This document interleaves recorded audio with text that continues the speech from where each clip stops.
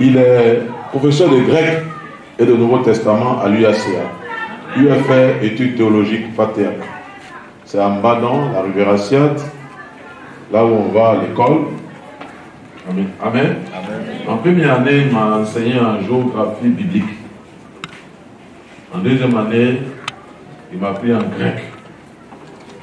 Et puis en exégèse. En master, en troisième année encore. Cette année encore en master, il vient de finir un cours avec nous qu'on appelle... j'ai oublié le nom des cours là. Hein? Nouveau Testament. Non, mais l'accent est mis sur l'Apocalypse. Non, c'est pas moi. Je voulais donner la précision. Et ça m'est venu déjà. C'est sur le livre d'Apocalypse. Lui, il a donné le général, mais je voulais donner la précision. C'est sur le livre d'Apocalypse. C'est ça, professeur. Il a ouvert nos yeux grandement sur ce livre. L'année prochaine, je vais donner un séminaire là-dessus. J'oublie pas vite, hein, diaconesse. Donc, il faut garder témoin d'abord. J'ai retiens très bien. Voilà, j'ai une tête de quelqu'un de 18 ans. Amen. Sur l'Apocalypse. Nous, on a travaillé sur l'Apocalypse 5. Mais vraiment, c'est formidable. Avant, on avait peur de l'enseigner dans ce livre pour ne pas mentir. Pour ne pas tromper. Parce qu'il y a tellement d'images. Mais après ce cours avec le professeur, aujourd'hui là, si tu me dis d'aller faire un séminaire sur l'Apocalypse, je n'ai pas peur. Je suis outillé. Nous avons donné les outils pour qu'on puisse donner le meilleur de ces livres. Et c'est un livre formidable. Alléluia. Je veux qu'on acclame le Seigneur pour ça.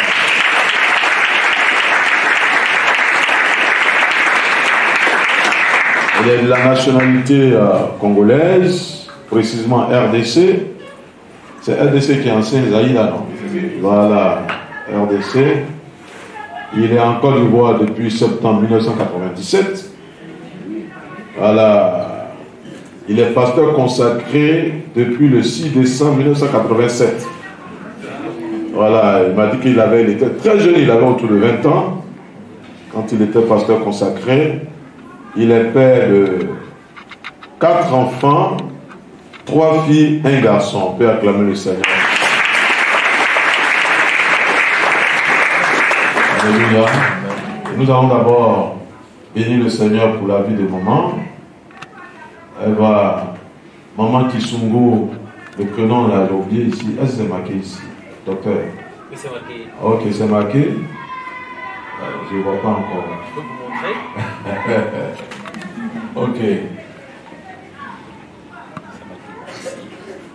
Ouais, c'est ça. Ok. On acclame le Seigneur pour la vie de maman Marie Kisungo. Maman Marie Kisungo. Voilà, que nous bénisse s'il vous plaît, voilà. Elle aussi, elle enseigne à l'Institut Saint-Sulpice.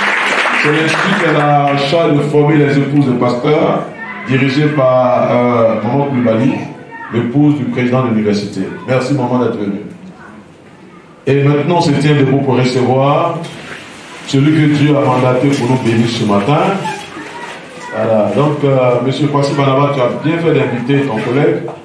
Il y a une nourriture spéciale pour lui ce matin.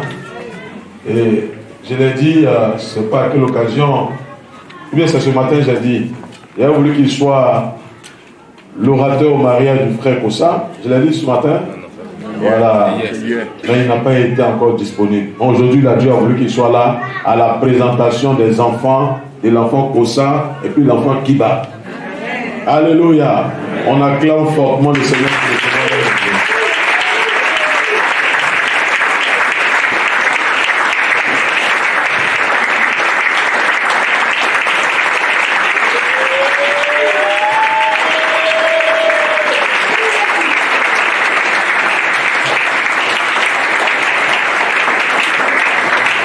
Merci beaucoup, peuple de Dieu. Vous êtes formidables. Veuillez gagner vos places.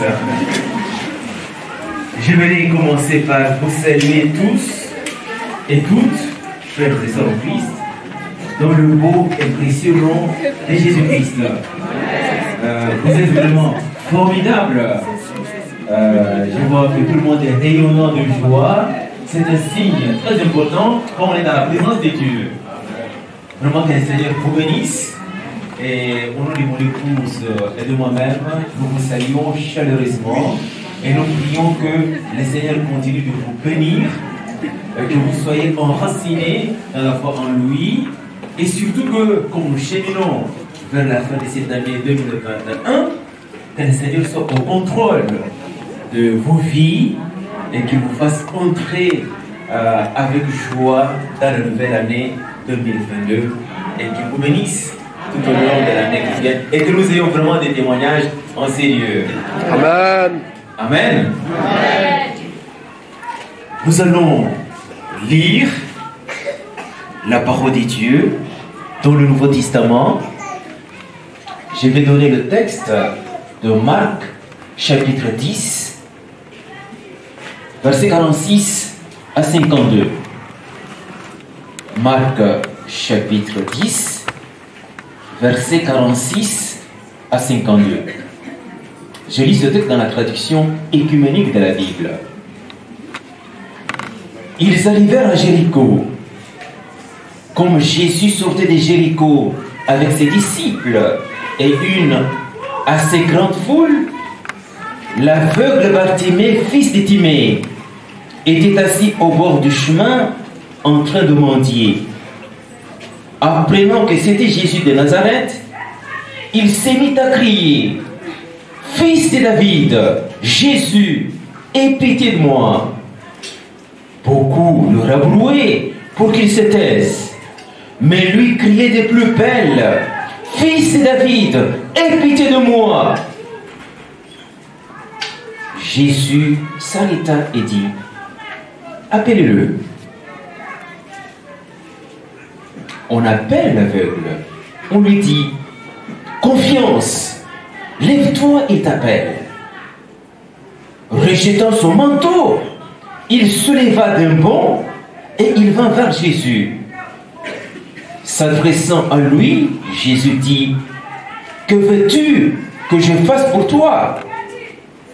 L'aveugle lui répondit: « Rabouni, que je retrouve la vue. » Jésus dit: « Va, ta foi t'a sauvé. » Aussitôt, il retrouva la vue et il suivait Jésus sur le chemin.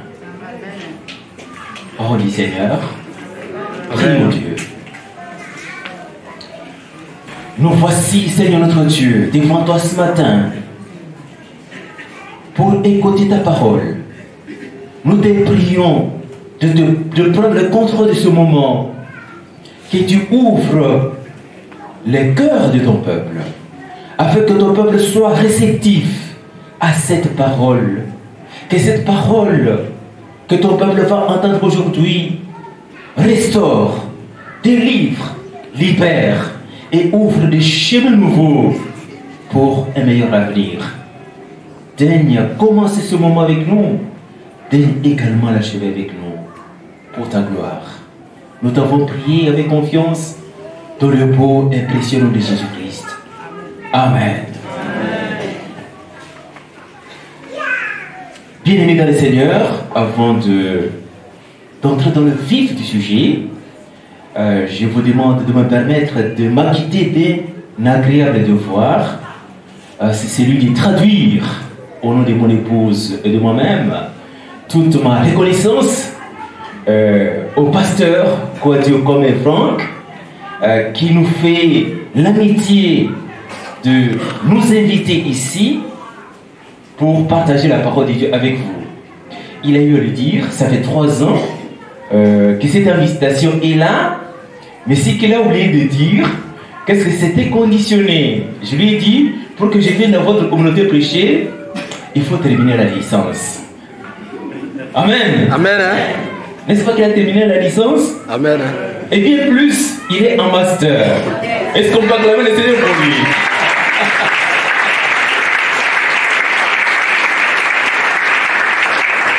Alors, il a rempli la condition, il a dépassé. Je suis vraiment très reconnaissant à Dieu d'être parmi vous ce matin et de répondre, accompagner mon épouse à votre invitation. Je salue votre épouse, je salue vos enfants que je vais avoir. à la Fatihaque lors de certaines cérémonies, mais j'aimerais rendre toute la gloire au Seigneur qui vous a ouvert les portes de notre institution pour passer votre licence en théologie. Vous avez travaillé pendant 3 ans, vous avez rédigé votre mémoire, vous l'avez soutenu, et il vous a été décerné en juin, je pense de cette année, votre grade de licencié en théologie. L'appétit vient en mangeant, vous vous trouvez maintenant en master 1. Il reste master 2.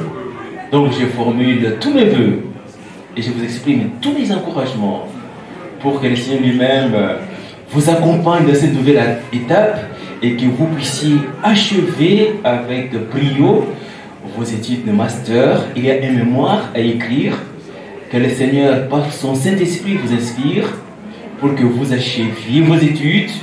L'objectif, ce n'est pas d'avoir un grade académique.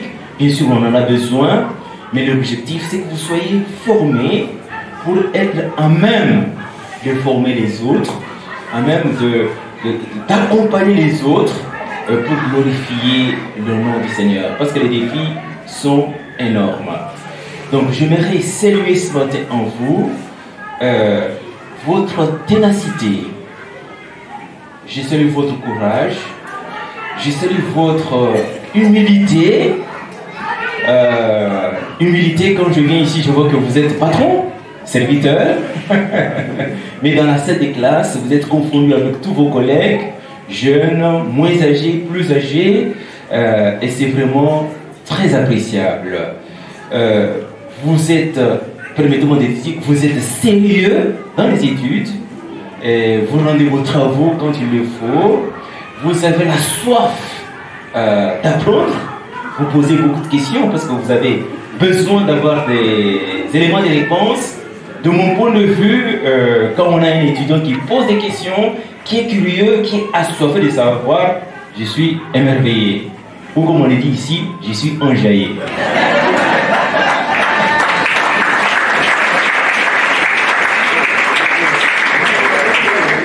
Alors, j'aimerais vous témoigner pour toutes ces belles paroles que je viens de prononcer à votre égard.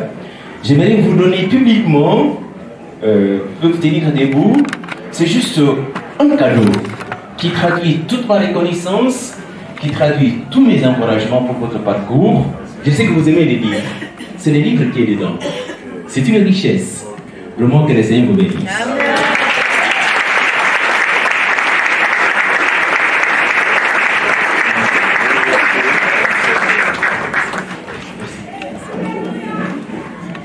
Oui, il est modèle pour les élèves, pour tous. Alors ce matin, nous avons lu ce texte de Marc, chapitre 10, versets 46 à 52. Le thème que nous allons partager, le thème de ces messages, confiance, lève-toi, Jésus t'appelle. Amen.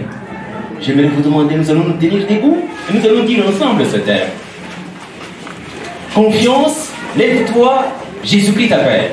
Confiance, lève-toi, Jésus-Christ t'appelle.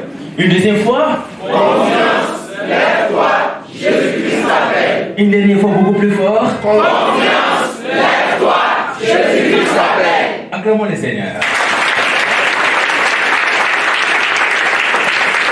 Merci bien. Veuillez vous asseoir.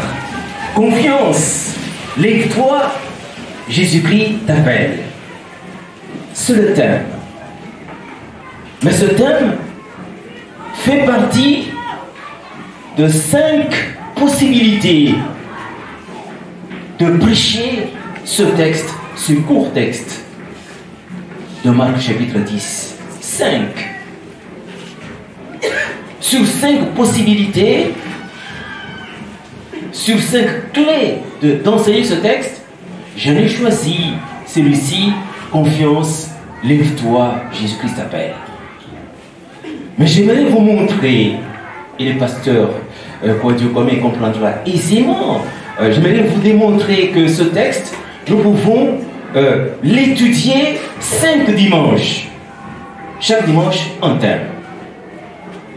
Le premier thème que nous pouvons tirer de ce texte et qui peut faire l'objet de tout un enseignement, c'est le cri de Bartimée à Jésus. On peut seulement s'intéresser à ce cri. Bartimée crie. Bartimée ouvre sa bouche. Au passage de Jésus, il crie. Il crie, Fils de David, Jésus, aie pitié de moi.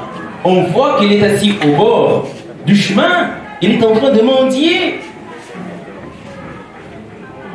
Mais du coup, quand il attend que Jésus passe, il crie. Le cri de Bartimée montre la possibilité que nous avons de dire, d'appeler notre Dieu au secours, parce que c'est un Dieu qui entend, qui écoute. Bartimée crie. Il dit son espérance. Cela veut dire qu'il n'était pas content d'être mendiant. Mais il demande à Jésus d'avoir pitié de lui, de faire quelque chose pour lui. Cela veut dire que malgré sa situation de détresse, Bartimée espérait que sa situation pouvait changer un jour. Amen. Bartimée considère que assis au bord de la route, en train de mendier, n'était pas sa destination finale. Amen. Amen. On peut très bien faire une prédication là-dessus, pour que chacun comprenne que la situation que vous traversez aujourd'hui, situation de rejet, ce n'est pas une destination finale. Amen. Elle est provisoire. Amen. Mais quand on a la possibilité de crier à celui qui est capable à la changer, il faut crier. Il faut crier. Il y en a qui ont cessé de crier. Parce qu'ils se disent qu'ils ont tellement crié qu'il n'y a pas de réponse. Le texte peut nous inviter à reprendre de crier. Comme Bartimée, Jésus, fils de David, aie pitié de moi. Deuxième possibilité de prêcher ce texte. Nous pouvons prendre le geste de Jésus. Jésus entend le cri de Bartimée, il s'arrête et il veut venir Bartimée à lui. Mais tenez bien, quand on regarde la carte de visite de Bartimée qui nous est présentée au verset 46, il est aveugle, il est mendiant, il est assis au bord du chemin en train de mendier. Et Jésus, fils de David, quand vous regardez l'évangile de Marc, c'est le tout dernier texte, c'est le tout dernier miracle avant que Jésus entre à Jérusalem. C'est-à-dire que Jésus a une mission pour les saluts de l'humanité. Il doit entrer à Jérusalem. Mais sur ce chemin-là, interpellé par Bartimée, Jésus va marquer un arrêt. Jésus s'arrête pour qui? Pour Bartimée. Quelqu'un dont la carte de visite n'intéresse personne. Jésus s'arrête pour lui. Ce thème peut nous montrer combien chacun de nous est indispensable aux yeux de Dieu. Chacun de nous a de la valeur. Parce que Dieu ne regarde pas Dieu riche, Dieu pauvre. Donc, ceux qui se sentent rejetés selon les standards de ce monde Dieu ne peut pas te rejeter. Amen. Amen. Dieu ne peut pas te rejeter. Ce thème peut nous aider à prendre conscience que j'ai de la valeur aux yeux de Dieu. Amen. Amen. Est-ce qu'on peut le dire ensemble? Et deuxième fois. Est-ce qu'on peut l'acclamer plus fort?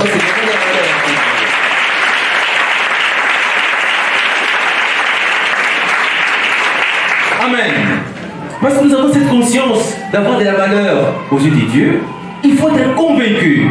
Il faut vivre avec la conviction qu'un jour, Jésus s'arrêtera pour moi.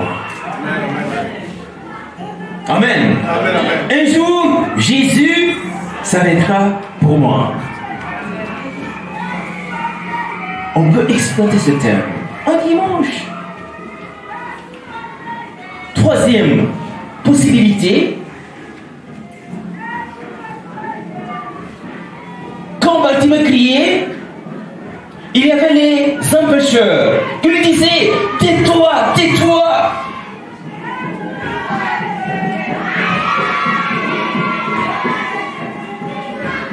Mais qu'est-ce que Jésus dit?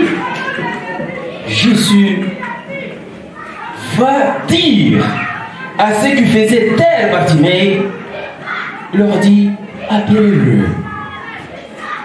Appelez-le. Nous voyons que ils vont obéir. Et ils vont auprès de Bartimée et ils changent de langage. Amen. Ceux qui disaient, tais-toi, tais-toi, envoyés par Jésus, ils changent de langage. Ils vont vers Bartimée et disent, confiance, lève-toi. Jésus fait quoi? Amen. Vous voyez comment la parole de Jésus change complètement les empêcheurs.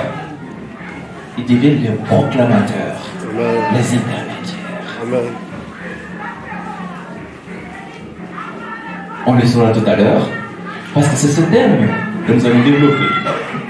Quatrième possibilité de prêcher ce terme, ce texte, nous pouvons mettre l'accent sur la parole que Jésus dit à Bartimée, après avoir su ce que Bartimée voulait, au verset 52.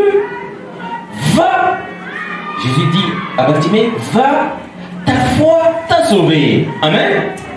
Va, ta foi t'a sauvé. C'est intéressant. Qu'est-ce que cette parole provoque? Cette parole va provoquer quelque chose. Jésus dit, va, ta foi t'a sauvé. Et juste après, nous voyons dans la deuxième partie du verset 52, aussitôt, waouh, Jésus dit, va, ta foi t'a sauvé. Aussitôt, quelque chose se passe. Ce qui se passe, c'est que Bartimée est guéri. Amen. Amen. Est-ce qu'on peut acclamer le Seigneur?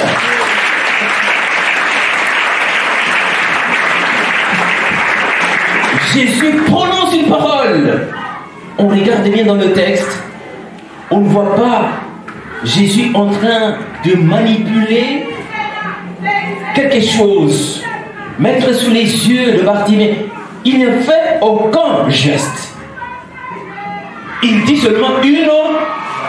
Il dit seulement une. Et cette parole-là impacte. Nous pouvons travailler ce thème de la puissance de la parole de Dieu. La parole de Dieu qui appelle à l'existence ce qui n'existe pas. Dans une période où les gens sont intéressés peut-être à acheter l'huile de l'onction, acheter quelque chose qui vient d'Israël, des objets, nous voyons ici une parole. Ce texte peut nous aider à restituer à la parole de Dieu. toute sa place. Donc les gens cherchent plus les miracles que l'écoute de la parole. Mais ce temps peut nous aider à comprendre que là où la parole de Dieu est écoutée, où elle est prêchée, des miracles se produisent. La parole de Dieu impacte. Le dernier terme qu'on peut tirer de ce texte, c'est la foi de Bartimée. Jésus dit, va, ta foi t'a sauvé. On peut se demander, qu'est-ce qu'est la foi de Bartimée? Parce que c'est sur la base de la foi de Bartimée que Jésus dit cette parole pour que Bartimée soit guéri. Qu'est-ce qu'est la foi de Bartimée? La tentation qu'on peut avoir ici, quand on demande qu'est-ce qu'est la foi de Bartimée, on peut aller chercher dans un autre livre du Nouveau Testament ou de l'Ancien Testament. Peut-être que les gens vont penser à Hébreux 11, la foi et l'assurance des choses qu'on possède, quelque chose comme ça. La définition de la foi de Bartimée n'est pas à aller chercher ailleurs. Il suffit de regarder ce texte. Depuis le verset 46 jusqu'au verset 52 pour trouver, pour reconstituer le sens de la foi de Bartimée. Amen. Amen. On peut bien découvrir que la foi de Bartimée que Jésus considère, c'est qu'il était assis au bord du chemin entre les mendiers. L'effet d'avoir crié « Jésus, fils de David, aie pitié de moi », c'est le signe de la foi. La foi de Bartimée, c'est que malgré sa situation, il avait en lui la flamme de l'espérance. Il était convaincu que un jour sa situation changera. La foi de Bartimée, on peut bien voir, lorsqu'on lui dit « Tais-toi, tais-toi », est-ce que Bartimée se laisse faire? Non. Il résiste. La foi, c'est cette résistance, c'est cette ténacité, dire non à ce qui nous étouffe.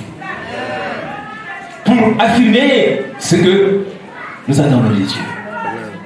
Amen. Amen. Voilà, en 5 dimanches, on peut étudier ces textes. Malheureusement. Mais comme on ne peut pas le faire, j'ai choisi ce dimanche, confiance, lève-toi, Jésus t'appelle. J'ai choisi de partager la parole de Dieu sur ce 3e thème. Je l'ai choisi parce que je sais que votre année ici, c'est une année de la fécondité. Amen. Une année de la productivité. La productivité, de la fécondité. C'est une année où vous attendez de Dieu ce qui paraît même impossible. Parce que je vois au fond de la salle, tout est possible à celui qui croit en qui? En Dieu. À celui qui croit en Dieu. Tout est aussi possible à celui qui croit en Dieu. Tout est possible. Il n'y a rien d'impossible. Et comme j'ai déjà le souligné, nous sommes en train de nous préparer pour la fin de cette année 2021 et entrer dans l'année 2022. Son thème nous intéresse. Cette porte nous intéresse parce que le Seigneur nous interpelle quelque part. Par rapport à la productivité, par rapport à notre foi, par rapport à notre témoignage, par rapport à ce que nous sommes en tant que chrétiens. Le thème se trouve au verset 48.1 où Jésus dit « Appelez-le ». Et Jésus s'adresse ici aux disciples, à la foule qui étouffait. Bartimée. Bartimée criait, Jésus, fils de Dieu, aie pitié de moi. Jésus donne un ordre. Appelez-le. Et nous voyons que ceux qui étaient opposés à Bartimée vont obéir à cette parole du Christ et ils vont aller auprès de Bartimée en lui disant: confiance, lève-toi, Jésus t'appelle. Il y a ici un premier élément qu'il faut souligner. Nous devons souligner ici ce que je peux appeler une sorte de conversion, une sorte de transformation, une sorte de vocation. Mais cette vocation est rendue possible par la parole du Christ. C'est un ordre, c'est un impératif, appelle-le. Jésus s'est arrêté pour Bartimée parce qu'il a entendu le cri de Bartimée, parce qu'il a de la considération pour Bartimée, parce que Bartimée a de la valeur à ses yeux. Et Jésus n'appelle pas Bartimée, Bartimée, viens en moi. Il ne le fait pas. Il pouvait le faire. Mais Jésus va passer par les intermédiaires.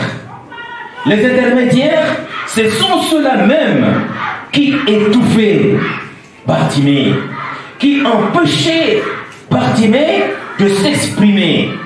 Amen.